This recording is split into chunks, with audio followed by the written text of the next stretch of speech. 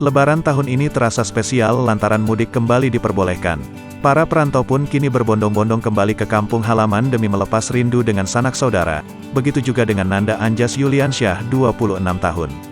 Anjas, panggilan akrab pria ini, memilih mudik dengan cara yang tidak biasa.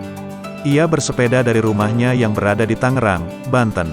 Saat ditemui kemarin, Anjas baru saja sampai di Gunung Kidul, persisnya di wilayah Kapanewon, Klaten. 16 hari sudah ia menempuh perjalanan tersebut, sejak dari tanggal 10 April lalu. Masa perjalanan tak melulu ia habiskan dengan bersepeda.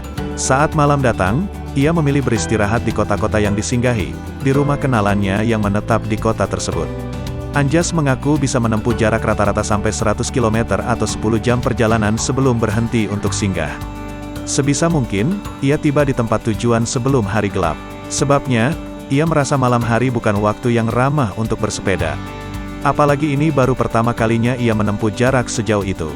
Tujuannya mudiknya, Karangmojo, merupakan kampung halaman ayahnya. Kedua orang tuanya kini menetap di kawasan Bintaro yang berada di Tangerang.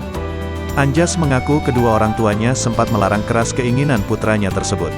Namun ia tak hilang akal, dibujuknya terus agar izin diberikan. Tak banyak barang yang dibawanya bersama sepeda tersebut. Paling tidak ia membawa persediaan makanan hingga pakaian sebagai perbekalan selama perjalanan.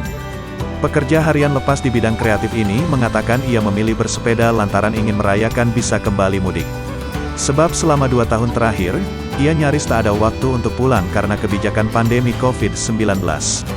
Lantaran memiliki kesempatan untuk pulang, ia mengatakan akan memaksimalkan waktu yang ada. Bahkan berencana belajar berkebun di tempat kelahiran ayahnya tersebut. Anjas juga mengaku belum tahu kapan rencana akan kembali ke Tangerang. Malah, ia justru berencana untuk kembali singgah ke tempat yang lebih jauh.